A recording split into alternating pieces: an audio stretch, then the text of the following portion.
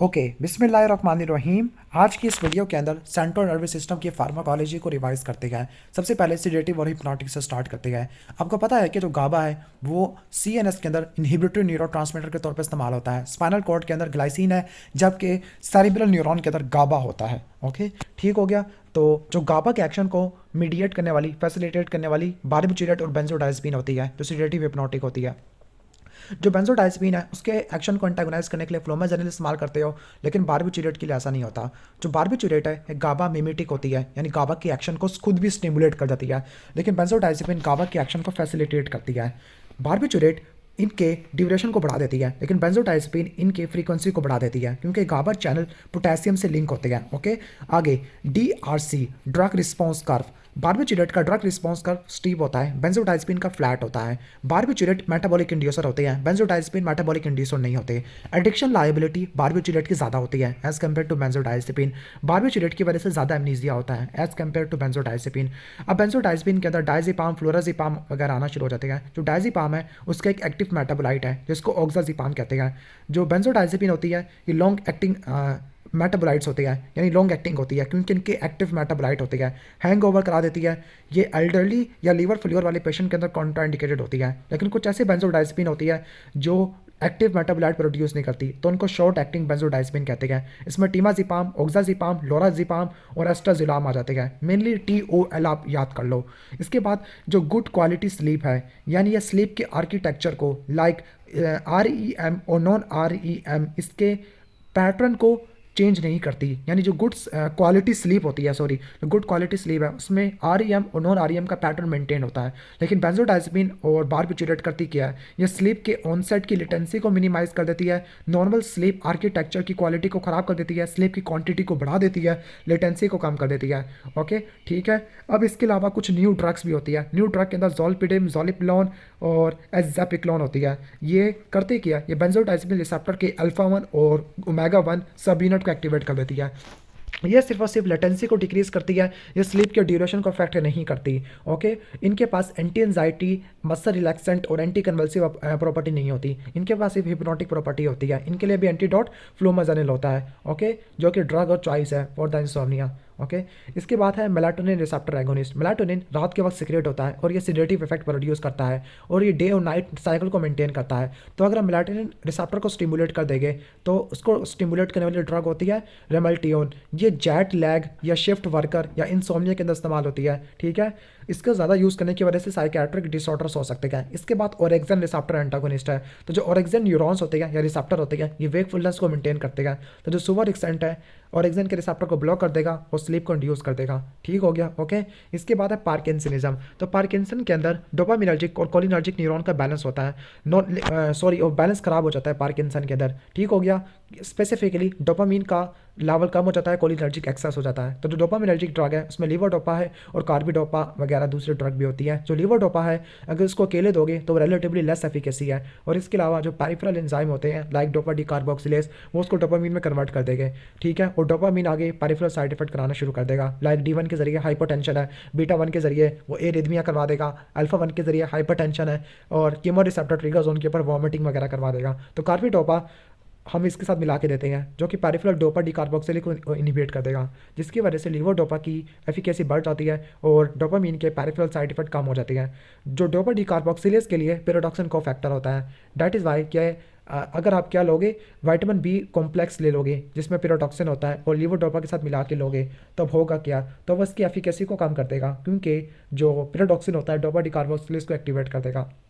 लेकिन ब्रेन के अंदर जो ज़्यादा डोपामीन है, ज़्यादा डोपामीन होने की वजह से साइकोसिस हो जाती है। डैट इज़ वाई तमाम एंटी पार्किंसनिज्म ड्रग साइकोसिस करवाती है और तमाम एंटी साइकोटिक ड्रग पार्किंसनिज्म करवा देती है। ये आपस में उल्टा हिसाब है। जो इनके सेंट्रल साइड इफेक्ट होते हैं वो कार्बिडोपा से प्रिवेंट नहीं होते, जिसमें साइकोसिस है और डिस्काइनेसिया होता है। अब यहाँ पे ओन और ओ फिनोमिना है। अब लेट पार्किंसनिज्म के अंदर जब हम लीवोडोपा देते गए तो वह 20 से लेकर 22 घंटे तक तो सिम्टम को कंट्रोल कर लेता है, लेकिन आहिस्ता आहिस्ता वेयरिंग ऑफ आना शुरू हो जाती है और सिम्टम आना शुरू हो जाती है। इसको बोलते हैं वेयरिंग ऑफ। एक्सट्रीम केस के अंदर ऑन ऑफ फिनोमिना होता है। ऑन पीरियड के अंदर एक्सेस डोपामीन है, जब डोपामीन का लेवल ज़्यादा होगा तो साइकोसिस होगी, लेकिन ऑफ पीरियड के अंदर जब डोपामीन का लेवल कम होगा तो पार्किंसन के सिम्टम आना शुरू हो जाएंगे। तो ऑन और ऑफ फिनोमिना के अंदर साइकोसिस और पार्किंसनिज्म अल्टरनेट होती रहती है। इसके बाद है एमेंटेडिन डोपामीन को सिंथेसिस को बढ़ा देती है, रिलीज को बढ़ा देती है या फिर रीअपटेक को ब्लॉक कर देती है। एंटीवायरल ड्रग भी है, इसको यूज़ करने की वजह से एंकल एडिमा हो सकता है, लिविडो रेटिकुलरिस हो सकता है, जिसमें जो स्किन होती है उसकी पिंकिश पिगमेंटेशन होती है। तो ये लीवर डोपा इंड्यूस डिस्काइनेसिया को ट्रीट करने के लिए इस्तेमाल होती है, क्योंकि एमेंटेडिन है ये एनएमडी है, एंटागोनिस्ट भी है, ठीक है। तो अगर लीवर डोपा की वजह से डिस्काइनेसिया होता है तो उसको ट्रीट करने के लिए एमेंटेडिन हम ले सकते हैं। इसके बाद COMT इनिबिटर, कैटेकोलोमिथाइल ट्रांसफेरेस इनिबिटर और मोनोअमीन ऑक्सीडेज इनिबिटर। तो जो मोनोअमीन ऑक्सीडेज है ए और बी होता है, ए हर जगह पे होता है जबकि बी ब्रेन के अंदर होता है। जो ए है ये सब सब्सटेंस को मेटाबोलाइज करता है, बी वाला सिर्फ डोपामीन को मेटाबोलाइज कर देता है। जो ए वाला स्पेसिफिकली नोरेपेनेफ्रिन और सेरोटोनिन को मेटाबोलाइज करता है। बी के लिए जो स्पेसिफिक है वो सफिनामाइड है, रिसाजिलिन और सिलेजिलिन होती है। तो सफिनामाइड है लीवर डोपा की ओनोफिनोमिना के लिए अप्रूव की गई है, ठीक है। तो इनको डिजीज मॉडिफाइंग एजेंट भी कह सकते हैं पार्किंसनिज्म के लिए, कि न्यूरॉन की डीजनरेशन को ब्लॉक कर देती है। मैकेनिज्म ऑफ एक्शन किया है कि ये डोपामीन की डिग्रेडेशन को ब्लॉक कर देती है, ठीक है, ओके। इसके बाद कैटेकोलोमिथाइल ट्रांसफेरेज है। जो कैटेकोलोमिथाइल ट्रांसफेरेज है इसमें एंटाकापून और टोलकापून है, ज़्यादा प्रेफरेबल एंटाकापून है जबकि टोलकापून लिवर के लिए टॉक्सिक होता है। फिर आता है डोपामीन के एगोनिस्ट। तो डोपामीन के जो एगोनिस्ट होती है D3 के अंदर प्राइमिपिक्सोल है, जबकि D2 के अंदर हम डिफरेंट एगोनिस्ट आ जाते हैं। तो जो एर्गट एल्कोलाइड है इसमें आ जाता है ब्रोमोक्रिप्टिन और परगोलाइड है, जबकि नॉन एर्गट के अंदर रोपिनारोल, रोटिगोटिन और प्राइमिपिक्सोल है, ठीक हो गया, ओके। जो नॉन एर्गट वाली होते हैं ज़्यादा सेफेस्ट होते हैं और ये लॉन्ग एक्टिंग होते हैं, ठीक है। और वेजो कंस्ट्रक्शन से गैंग्रीन और फिब्रोसिस होती है तो वो एर्गट से होती है, यानी एर्गट वाली वेजो कंस्ट्रक्शन कराती है और आगे गैंग्रीन करा सकती है। प्राइमिपिक्सोल और रोपिनारोल पार्किंसन को ट्रीट करने के लिए इस्तेमाल होती हैं। इसके अलावा पार्किंसन के अलावा प्राइमिपिक्सोल और रोपिनारोल रेस्टलेस लेग सिंड्रोम को ट्रीट करने के लिए इस्तेमाल होती है। और लास्ट ये है कि जो एक्सेसिव डे टाइम स्लीपीनेस और इम्पल्स कंट्रोल डिसऑर्डर हो सकते हैं। इसके बाद एंटीकोलिनर्जिक ड्रग होती है, इसमें बेंजहेक्सोल है जिसको ट्राईहेक्सीफेनिडाइल कहते हैं, बेंजट्रोपिन है, बाइपैराडिन है और प्रोसाइक्लिडिन होती है। इसके अलावा फर्स्ट जनरेशन एंटीहिस्टामिन है जो ब्लड ब्रेन बैरियर को क्रॉस करते हैं। जो फर्स्ट जनरेशन एंटीहिस्टामिन है इनके पास एंटीकोलिनर्जिक एक्टिविटी होती है, फॉर एग्जाम्पल प्रोमेथाजिन है। तो बेंजहेक्सोल को यूज़ करने के बजाय हम प्रोमेथाजिन यूज़ कर सकते हैं, स्पेसिफिकली ड्रग इंड्यूस पार्किंसनिज्म को ट्रीट करने के लिए, ओके। तो पार्किंसनिज्म के लिए ड्रग और चॉइस प्राइमिपिक्सोल रोपिनारोल होती है, लेकिन मोस्ट इफेक्टिव ड्रग पार्किंसनिज्म के लिए लेवोडोपा और कार्बिडोपा होती है, ठीक है। और लास्ट में ड्रग इंड्यूस पार्किंसनिज्म है तो उसको ट्रीट करने के लिए बेंजहेक्सोल और हम कह सकते हैं क्या कह सकते हैं प्रोमेथाजीन होती हैं। इसके बाद है एपिलेप्सी। एपिलेप्सी के अंदर आपने करना क्या है, एपिलेप्सी में ऐसी ड्रग देनी है जो गाबा को बढ़ा दे, ग्लूटामेट को कम कर दे, कैल्शियम को कम कर दे, सोडियम को ब्लॉक कर दे, पोटेशियम चैनल को ब्लॉक कर दे, ओके। तो ऐसी ड्रग जो गाबा को बढ़ा देती है इसमें प्रीगैबलिन और गाबापेंटिन है। ये गाबा की रिलीज को बढ़ा देती है, न्यूरोपैथिक पेन को ट्रीट करने के लिए इस्तेमाल होती है, स्पेसिफिकली डायबिटिक न्यूरोपैथी की वजह से होता है या फिर पोस्ट हार्पेटिक न्यूरैल्जिया है। तो इनके लिए पोस्ट हार्पेटिक न्यूरैल्जिया और डायबिटिक नेफ्रोपैथी के लिए प्रीगैबलिन और गाबापेंटिन होता है, ओके। तो इनका रिसेंट जो मैकेनिज्म है वो कैल्शियम चैनल इनहिबिशन भी है। इसके बाद विगाबैट्रिन है। विगाबैट्रिन की वजह से विजुअल फील्ड कॉन्ट्रैक्ट हो सकती है, वी से विगाबैट्रिन और वी से विजुअल फील्ड कॉन्ट्रैक्ट।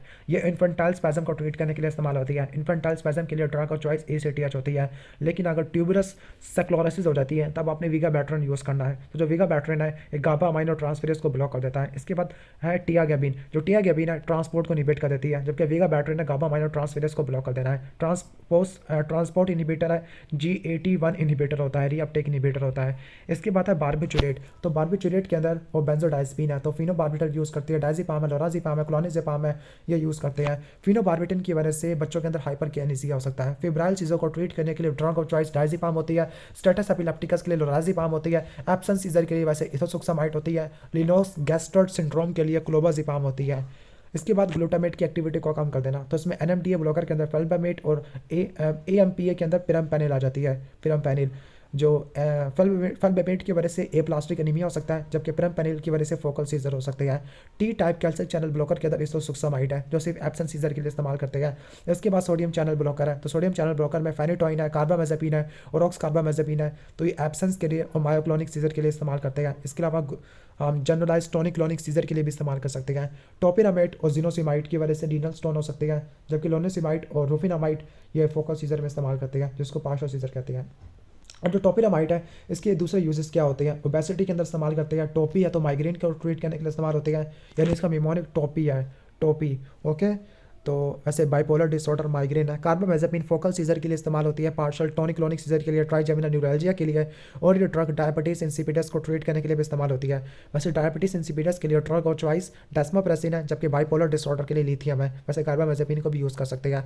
इसके एडवर्स इफेक्ट के अंदर 4A आते हैं। एक है ऑटो इंडक्शन, यानी अपने ही मेटाबॉलिज्म बढ़ाना शुरू कर देती है, और दूसरी ड्रग्स के मेटाबॉलिज्म कम करना शुरू कर देती है। दूसरा ये प्लास्टिक एनीमिया है। तीसरा ADH की रिलीज को पोस्टीरियर पिट्यूटरी से बढ़ा देती है, जिसकी वजह से सिंड्रोम ऑफ इनअप्रोप्रिएट ADH हो जाता है। और लास्ट है एटेक्सिया हो सकता है, जिसमें निस्टैग्मस है, वर्टिगो होता है ओवरडोज की वजह से। तो इसके साइड इफेक्ट में 4A है, auto induction, aplastic anaemia, ADH और एटेक्सिया। इसके बाद फेनिटोइन है। फेनिटोइन जीरो ऑर्डर काइनेटिक को फॉलो करता है, एंजाइम इंड्यूसर है, एरिथमिया को ट्रीट करने के लिए इस्तेमाल करते हैं, जनरलाइज टॉनिक क्लोनिक सीजर और पार्शियल सीजर के लिए इस्तेमाल करते हैं, लेकिन एब्सेंस और मायोक्लोनिक सीजर के अंदर यूज़ नहीं कर सकते। इसकी वजह से क्या होता है, इसकी वजह से जो मिमोनिक है वो है होठ मलका यानी हिर्सुटिज्म है, हाइपरट्रॉफी और गम्स है, ओ से ऑस्टियोपोरोसिस है, टी से टेराटोजेनिसिटी है यानी fetal hydantoin syndrome होता है, एम से मेगालोब्लास्टिक एनीमिया है, ए से रिदमिया होता है, एल से लिम्फ नोड की लार्जमेंट होती है, आई से इंसुलिन की रिलीज को ब्लॉक कर देती है, के से विटामिन की एब्जॉर्प्शन को मिनिमाइज कर देती है, और ए से टेक्सिया है। जब ये टेक्सिया होता है तो फिर निस्टैग्मस और वर्टिगो आपने याद रखना होता है, जो कि सेरिब्रल सिम्पटम होते हैं। फेनिटोइन को अगर प्रेगनेंसी में दोगे तो कंजेनिटल मालफॉर्मेशन आ जाएगा, न्यू बॉर्न के अंदर हेमरेजिक डिसऑर्डर्स आ जाएंगे, विटामिन के की डेफिशिएंसी हो जाती है। इसके बाद पोटेशियम चैनल ओपन है, तो इसमें रेटिगैबिन है। रेटिगैबिन ये फोकल सीजर के लिए इस्तेमाल होती है, ठीक है। इसके बाद है सोडियम वेल्प्रोइट। इसके मैकेनिज्म अफेक्शन बहुत सारे होते हैं, like sodium channel blocker, calcium channel blocker, GABA को बढ़ा देना, ग्लूटामेट को कम कर देना। तो ये जनरलाइज टॉनिक क्लोनिक सीजर के लिए, मायोक्लोनिक सीजर के लिए, टॉनिक सीजर के लिए, लिनॉक्स गैस्ट्रॉट सिंड्रोम को ट्रीट करने के लिए इस्तेमाल होती है। इसके अलावा वेल्प्रोइक एसिड बाइपोलर डिसऑर्डर को ट्रीट करने के लिए इस्तेमाल करते हैं। इसका मिमोनिक है वेल्प्रोइड। वी से वॉमिटिंग होगा, ए से एलोपीकिया या कर्लिंग ऑफ हेयर है, एल से लिवर डिजीज है, हेपाटोटॉक्सिटी है, पी से पेनक्रियाटाइटिस होता है, पॉलीसिस्टिक ओवरी डिजीज के रिस्क को बढ़ा देती है, आर से रैश है, ओ से ओबेसिटी, ए से एटेक्सिया होता है, और एटेक्सिया के साथ निस्टैग्मस और आप वो भी तैयार कर लेना, निस्टैग्मस है, और वर्टिगो होता है, टी से टेराटोजेनिसिटी है, ठीक है। स्पाइना बाफिडा न्यूरल ट्यूब डिफेक्ट हो सकते हैं। इसके बाद लैमोट्रेजिन होती है, लैमोट्रेजिन सोडियम चैनल को ब्लॉक कर देती है, ग्लूटामेट की एक्टिविटी को कम कर देती है। इसकी वजह से स्टीवन जॉनसन सिंड्रोम और टॉक्सिक एपिडर्मल नेक्रोलाइसिस है। न्यू एपिलेप्टिक एजेंट के अंदर CV2 इनहिबिटर है, तो इसमें लेविटिरासिटाम आती है, ओके, कुछ कैनाबिनोल आती है, और कुछ दूसरे ड्रग है जिनको याद नहीं करना। प्रेगनेंसी के अंदर अगर एपिलेप्सी होती है तो जो मोस्ट टेराटोजेनिक है वो वेल्प्रोइक है, लीस्ट टेराटोजेनिक के अंदर लेविटिरासिटाम और लैमोट्रेजिन होती है, ओके। अगर पेशेंट एंटी एपिलेप्टिक मेडिसिन के ऊपर कंट्रोल्ड है तो उसको मेडिकेशन चेंज नहीं करनी चाहिए, ओके। चाहे वो वेल्प्रोइक एसिड यूज़ कर रहा है तो वो फोलिक एसिड ले ले साथ, ठीक हो गया। तो अगर फर्स्ट टाइम प्रेगनेंसी में अगर एपिलेप्सी होती है तो लेविटिरासिटाम या लैमोट्रेजिन यूज़ करे, और इक्लैम्सिया के लिए मैग्नीशियम सल्फेट है, ये ड्रग ऑफ चॉइस होती है, ओके। इसके बाद एपिलेप्सी इन प्रेगनेंसी को छोड़ो, बता चुका हूँ। इसके बाद साइकाट्रिक इलनेस है। तो साइकोसिस और न्यूरोसिस में क्या फ़र्क होता है। साइकोसिस के अंदर इनसाइट यानी जो अक्ल फहम मौजूद होती है, न्यूरोसिस के अंदर इनसाइट मौजूद होती है, लेकिन साइकोसिस के अंदर इनसाइट नहीं होती, मतलब रियलिटी एग्जिस्ट वगैरह नहीं करती, ठीक है। पर्सनैलिटी चेंज हो जाती है। तो साइकोसिस के अंदर शिज़ोफ्रेनिया और मूड डिसऑर्डर आते हैं, जबकि न्यूरोसिस के अंदर जनरलाइज एंजाइटी डिसऑर्डर है, फोबिया है, ऑब्सेसिव और कंपल्सिव डिसऑर्डर, बुलीमिया और पोस्ट ट्रॉमेटिक स्ट्रेस डिसऑर्डर है। मूड डिसऑर्डर में मेनिया, डिप्रेशन, मैनिया, डिप्रेसिव साइकोसिस या बाइपोलर डिसऑर्डर होते हैं। पहले शिज़ोफ्रेनिया से स्टार्ट करते हैं। तो शिज़ोफ्रेनिया को ट्रीट करने के लिए दो टाइप की ड्रग होती है, टिपिकल और एटिपिकल। जो टिपिकल होती है D2 को ब्लॉक करती है, टिपिकल सेरोटोनिन टाइप 2 रिसेप्टर को ब्लॉक करती है, ठीक हो गया, ओके। लेकिन बहुत सारी ड्रग होती है जिनके पास दोनों प्रॉपर्टी होती है, लेकिन सिंपली जो D2 को ज़्यादा ब्लॉक करेगी तो वो टिपिकल, जबकि टाइप सेरोटोनिन टाइप 2 को ब्लॉक करने वाली एटिपिकल होती है, ओके। तो हम रेशियो को देख लेते हैं। टिपिकल एंटीसाइकोटिक के अंदर जो स्ट्रॉन्ग D2 ब्लॉकर होती है उसमें हैलोपेरिडोल होती है। हैलोपेरिडोल की वजह से एक्स्ट्रा पिरामिडल सेप्टम आना शुरू हो जाती है, लाइक पार्किंसन है। इसके अलावा ड्रोपेरिडोल और फ्लूफेनाजिन है। वीक के अंदर क्लोप्रामेजिन और थियोरिडिजिन आ जाती है, जबकि इंटरमीडिएट के अंदर थियोथिक्सिन है, जबकि थियोरोडिजिन की वजह से रिलेटिवली एक्स्ट्रा पिरामिडल सेप्टम कम होते हैं। साइड इफेक्ट के अंदर एक्स्ट्रा पिरामिडल सेप्टम आते हैं, लाइक डिस्टोनिया होता है सबसे पहले, एक्याथीसिया है, पार्किंसनिज्म है, टार्डिव डिस्काइनेसिया होता है, मैलिग्नेंट न्यूरोलेप्टिक सिंड्रोम हो सकता है। ट्रीटमेंट के अंदर बेंजिक्सोल यूज़ करते हैं, ओके। ये सब चीज़ें वगैरह यूज़ करना शुरू कर देती हैं। इसके बाद VMA2 इनहिबिटर होते हैं। अब VMA2 इनहिबिटर है, जो VMA2 है ये मोनोमीन लाइक डोपामीन और सेरोटोनिन को वेसिकल में ट्रांसफर करता है। इसमें रिजार्पिन है, टेट्राबिनाजीन है, ड्यू टेट्राबिनाजीन और विलबेनाजीन आती है, ओके। जो टेट्राबिनाजीन और ड्यू टेट्राबिनाजीन हंटिंगटन कोरिया को ट्रीट करने के लिए इस्तेमाल होती है। विलबेनाजीन टार्डिव डिस्काइनेसिया को ट्रीट करने के लिए इस्तेमाल होती है, ठीक है, ओके। तो पहला साइड इफेक्ट क्या हो गया इनको यूज़ करने की वजह से। पहला साइड इफेक्ट है extra pyramidal symptom, like dystonia, akathisia है, पार्किंसनिज्म है, टार्डिव डिस्काइनेसिया हो जाता है, मैलिग्नेंट न्यूरोलेप्टिक सिंड्रोम होता है। बाकी इसकी ट्रीटमेंट आप छोड़ो, चलो अगर आपने ट्रीटमेंट करनी है तो लाइक डिस्टोनिया के लिए, पार्किंसनिज्म के लिए, कैथीसिया के लिए और मैलिग्नेंट न्यूरोलेप्टिक सिंड्रोम को ट्रीट करने के लिए बेंजाइजोल यूज़ करते हैं। टार्डिव डिस्काइनेसिया को ट्रीट करने के लिए वेलबेनाजीन होती है। ड्रेंट्रोलिन मैलिग्नेंट न्यूरोलेप्टिक के लिए इस्तेमाल करते हैं। प्रोपेनोलोल एकैथीसिया के लिए ड्रग ऑफ चॉइस है। यानी डिस्टोनिया और पार्किंसन के लिए बेंजाइजोल होती है, ओके, जिसको ट्राईहेक्सीफेनिडाइल कहते हैं। प्रोपेनोलोल एकैथीसिया के लिए इस्तेमाल होती है। मैलिग्नेंट न्यूरोलेप्टिक सिंड्रोम के लिए ड्रग ऑफ चॉइस होती है डेंट्रोलिन, जबकि वेलबेनाजीन टार्डिव डिस्काइनेसिया के लिए इस्तेमाल होती है, ओके। इसके अलावा हाइपरप्रोलैक्टिनीमिया है, क्योंकि जब डोपामीन का फंक्शन है प्रोलैक्टिन के सिक्रेशन को ब्लॉक कर देना। तीसरा इफेक्ट है कि एसिटाइलकोलिन ब्लॉक हो जाएगा तो ड्राइनेस है, ब्लरिंग ऑफ विजन है। अल्फा ब्लॉकर है तो ब्लड प्रेशर कम हो जाएगा। हिस्टामिन ब्लॉकर है तो सेडेशन एक्शन होगा, और ये ज़्यादा कॉमन होता है वीक D2 ब्लॉकर के साथ, ठीक हो गया, ओके। एसिटाइलकोलिन अल्फा और एंटी हिस्टामिन एक्शन है, ठीक है। अब डिसएडवांटेजेस ऑफ टिपिकल ड्रग, तो इनके साइड इफेक्ट तैयार कर लेना, और ये है कि नेगेटिव सिम्टम को ट्रीट नहीं करते। एटिपिकल के लेसर साइड इफेक्ट होते हैं, लेस एक्स्ट्रा पिरामिडल सिम्टम होते हैं, और ये पॉजिटिव और नेगेटिव सिम्टम दोनों को ट्रीट करती है। इसमें क्लोजापिन है, ओलेंजापिन है, क्यूटापिन है। इसके अलावा एरिप्राजोल होती है, रिस्पेराडोन है, जिप्रासिडोन है, ओके। साइड इफेक्ट के अंदर इनका ये ग्लूकोज को बढ़ा देती है, लिपिड को बढ़ा देती है, वेट को बढ़ा देती है, इंसुलिन की रेजिस्टेंस को बढ़ा देती है। स्पेसिफिकली क्लोजापिन और ओलेंजापिन लाइपोडिस्ट्रॉफी सिंड्रोम करा देती है, ओके।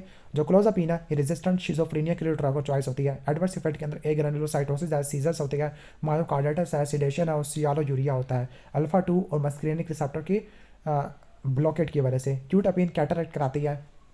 जेप्रासिडोन टॉर्सिडीज डी पॉइंटर्स कराती है। रिस्पेराडोन के पास मैक्सिमम D2 ब्लॉकिंग प्रॉपर्टी होती है, तो एक्स्ट्रा पिरामिडल सेप्टम और हाइपरप्रोलैक्टिनीमिया करवा देती है, ठीक है। अब uses of anti psychotic drug, तो एंटीमेटिक एंटीमेनिक एक्शन होता है, साइकोसिस है, हंटिंगटन कोरिया होता है, स्पेसिफिकली टेट्राबेनाजिन ड्रग ऑफ चॉइस होती है। टिक डिसऑर्डर है, लाइक टॉरेट सिंड्रोम है, वैसे इस टेट्राबेनाजिन ड्रग ऑफ चॉइस होती है। अब है मूड डिसऑर्डर, अगर एक्यूट मेनिया है तो एक्यूट एपिसोड को ट्रीट करने के लिए आप सिडेटिव ले लोगे, लाइक एंटी साइकोटिक या बेंजोडाइजेपिन है, और साथ लिथियम ले लोगे। लेकिन प्रोफाइलेक्सिस के लिए हम क्या लेंगे, लिथियम लेंगे। अब लिथियम की टॉक्सिटी के अंदर मिमोनिक होता है लिथियम, तो एल से ल्यूकोसाइट, ठीक है, आई से इंक्रीज, ठीक है, टी से ट्रैमर हो जाएगी, मोस्ट कॉमन सिम्टम है। एच से हाइपोथायरॉयडिज्म है, लेकिन गोइटर वगैरह भी हो सकता है आगे, ठीक है। हाइपोथायरॉयडिज्म है, इंक्रीज यूरिन है, ठीक है, और अवॉइडेड इन प्रेगनेंसी, क्योंकि ये एब्स्टिन नॉर्मली करा सकती है। कंसंट्रेशन को छोड़ दो।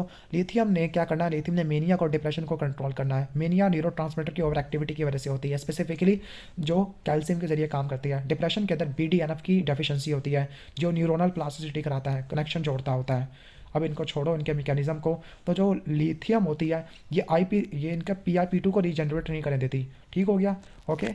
तो जो मेनिया के अंदर जो लिथियम होती है वो फॉस्फेटेज एंजाइम को ब्लॉक कर देती है, जो कि कैल्शियम प्रोडक्शन को कम कर देती है। और डिप्रेशन के अंदर जो BDNF है वो ग्लाइकोजन सिंथेस से मेटाबोलाइज होता है, specifically glycogen synthase kinase type 3 से। इसको ब्लॉक करने वाली कौन होती है, लिथियम होती है, जिसकी वजह से BDNF की जो ब्रेक डाउन है वो कम से कम होगी और न्यूरोनल प्लास्टिसिटी ज़्यादा हो सकती है। That is why it reverses depression. Uses of lithium है तो एक्यूट मेनिया, बाइपोलर डिसऑर्डर के लिए ड्रग ऑफ चॉइस है, डिप्रेशन और न्यूट्रोपीनिया के लिए आती है। तो बाइपोलर डिसऑर्डर के लिए प्रिवेंशन है, तो प्रिवेंशन ऑफ मेनिया है तो इसके लिए लिथियम है, लेकिन डिप्रेशन के लिए लिथियम, ओके, वैसे ड्रग ऑफ चॉइस होती है for the prevention of lithium है। कुछ एंटी एपिलेप्टिक ड्रग भी होती है, लाइक कार्बामेज़ापिन है, वैल्प्रोइक एसिड होती है और टोपिरामेट होती है, ओके, ठीक हो गया। इसके बाद हम नेक्स्ट चलते हैं बाइपोलर डिसऑर्डर। तो जो बाइपोलर डिसऑर्डर में जो न्यू ड्रग्स होते हैं, ओलेंजापिन, क्यूटापिन, वैल्प्रोइक एसिड, कार्बामेज़ापिन, लैमोट्रिजिन और क्लोनाजिपाम, ये भी हम यूज़ कर सकते हैं, ठीक है। जो एंटीसाइकोटिक ड्रग होती है वो भी हम यूज़ कर सकते हैं for the bipolar disorder in the pregnancy, क्योंकि प्रेगनेंसी के अंदर लिथियम कॉन्ट्राइंडिकेटेड होती है। वैसे overall drug of choice for bipolar patient तो वो लिथियम होती है, ठीक है। आगे डिप्रेशन है, तो डिप्रेशन के अंदर सेरोटोनिन और नॉरएपिनेफ्रिन का लेवल कम हो जाता है, लेकिन अब पता चला है कि जो BDNF है उसका लेवल भी कम हो जाता है, ओके, ठीक हो गया, ओके। BDNF, क्योंकि जो मोनोअमीन का लेवल ज़्यादा होगा तो BDNF का लेवल ज़्यादा होगा, तो न्यूरोनल प्लास्टिसिटी ज़्यादा होती है और डिप्रेशन कम होता है। जो एंटी डिप्रेसेंट होती है तो वो क्या करती है, वो इनके लेवल को बढ़ा देती है। जो टिपिकल एंटी डिप्रेसेंट है वो सेरोटोनिन के लेवल को बढ़ाती है और एटिपिकल किसी दूसरे मैकेनिज्म के जरिए काम करती है। तो जो एटिपिकल है इसमें मोनोअमीन ऑक्सीडेज टाइप 1 इनहिबिटर है, तो इसमें आती है मोक्लीबिमाइड आ जाती है। वैसे मोक्लीबिमाइड हमारी किताब में लिखा हुआ नहीं है तो उसको छोड़ देते हैं। फिर रीअपटेक इनहिबिटर है, तो रीअपटेक इनहिबिटर में नॉन सेलेक्टिव है, नॉन सेलेक्टिव में TCA होती है, TCA में इमिप्रामिन, डेसिप्रामिन, क्लोमिप्रामिन, एमिट्रिप्टालिन और नॉरट्रिप्टालिन आ जाती है। इनके साइड इफेक्ट में एसिटाइलकोलिन को ब्लॉक कर देती है, अल्फा रिसेप्टर को ब्लॉक कर देती है, हिस्टामिन रिसेप्टर को ब्लॉक कर देती है, सीजर्स करवा देती है, रिदमिया है, मेटाबॉलिक एसिडोसिस करवा देती है। SNRI या सेरोटोनिन और नॉरएपिनेफ्रिन के रीअपटेक को ब्लॉक कर देती है। इनके रिलेटिवली लेस साइड इफेक्ट होते हैं। सीवियर डिप्रेशन के लिए ड्रग और चॉइस होती हैं, for example venlafaxine, duloxetine, venlafaxine okay. SSRI fluoxetine, paroxetine, fluvoxamine, sertraline, citalopram, ये इस्तेमाल होती है। Mild to moderate hypertension sorry depression के लिए इस्तेमाल होती है। सीवियर डिप्रेशन के लिए ड्रग ऑफ चॉइस SNRI होती है। माइल्ड टू मॉडरेट डिप्रेशन के लिए SSRI होती है और तमाम न्यूरोटिक डिसऑर्डर के लिए इस्तेमाल होती है। SSRI की वजह से सेक्सुअल डिसफंक्शन हो जाती है, डिलेड इजैकुलेशन होती है और डिसकंटिन्यूएशन सिंड्रोम हो सकता है, ड्रग इंटरेक्शन होती है। एटिपिकल के अंदर बुप्रोपियोन, ये चीज़ें आना शुरू हो जाती है। जो बुप्रोपियोन है एंटी स्मोकिंग एजेंट है, ठीक है, ओके। अमोक्सापिन D2 ब्लॉकर भी है और atomoxetine attention deficit hyperactivity disorder को ट्रीट करने के लिए इस्तेमाल होती है। जो मिर्टाजापिन है ये अल्फा 2 को और सेरोटोनिन के 2-3 रिसेप्टर को ब्लॉक कर देती है। नोर और सेरोटोनिन के लेवल को बढ़ा देती है। Relatively less sexual side effect होते हैं। अब ओपियाइड है और अल्कोहल्स है। तो जो ओपियाइड होती है ओपियम प्लांट से निकाली जाती है, स्पेसिफिकली ओपियम पॉपी प्लांट से, ठीक है। तो जो ओपियाइड क्या होती है, ओपियम से डिराइव होती है। ओपिएट ऐसी ड्रग है जो ओपियम से डिराइव होती है। जो मेजर ओपियाइड है वो मॉर्फिन है, जबकि ओपियाइड ओपिएट लाइक सब्सटेंस होती है। मॉर्फिन म्यू कैपा और डेल्टा रिसेप्टर पर जाके बाइंड करता है, ओके, ठीक है। म्यू के जरिए मेनली एनाल्जेसिया होता है। जो म्यू रिसेप्टर के फंक्शन क्या होते हैं, तो उसका मिमोनिक होता है सैक्रम। तो ऐसे sedation, S analgesia, constipation, respiratory depression, euphoria और एम से मियोसिस हो सकता है, ओके। चूंकि सिडेशन करवाता है तो ये कोमा करवा सकता है। एनाल्जेसिया तो ये सीवियर पेन में इस्तेमाल कर सकते हैं। कॉन्स्टिपेशन करवाता है तो डायरिया को ट्रीट करने के लिए इस्तेमाल कर सकते हैं। रिस्पिरेटरी डिप्रेशन कराता है तो एस्थमा और COPD में अवॉइड करना है। यूफोरिया तो फिर एडिक्टिव ड्रग होती है, ओके।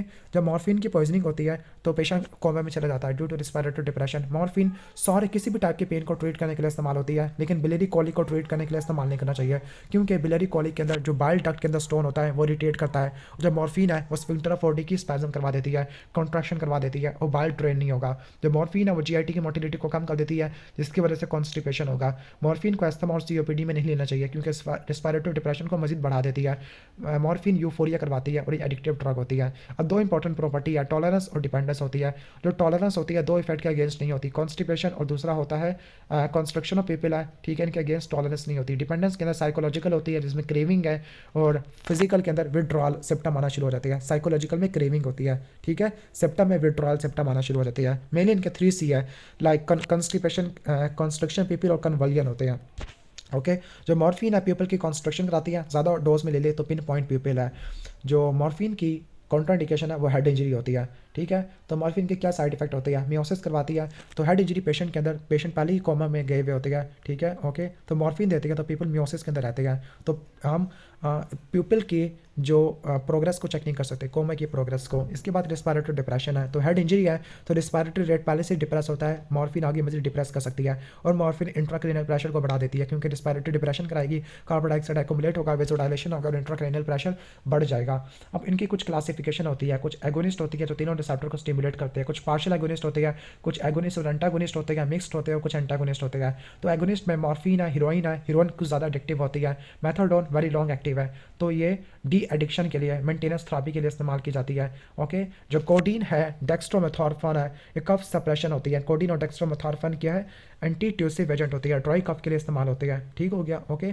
जो लोपिरामाइड और डाइफिनॉक्सलेट है, ये डायरिया को ट्रीट करने के लिए इस्तेमाल होती है, ओके। और डाइफिनॉक्सलेट है उसको एट्रोपिन के साथ मिला के लेते हैं ताकि अब्यूज़ कम से कम हो। ट्रेमाडोल और टेपेंटाडोल, ओके। जो ट्रेमाडोल होती है ये मस्क्रीनिक को ओकैपा रिसेप्टर को कहने का मतलब ये क्या करना शुरू कर देती है, स्टिमुलेट करना शुरू कर देती है। और सेरोटोनिन ओनर एपिनेफ्रिन के लेवल को बढ़ा देती है, स्पाइनल कॉर्ड में इनके लिए अपटेक ट्रांसपोर्टर को ब्लॉक कर देती है, ठीक है। इसके बाद फेंटेनाइल, अल्फेंटेनाइल, सर्फेटेनाइल, जो फेंटेनाइल वाली होती है, ओके।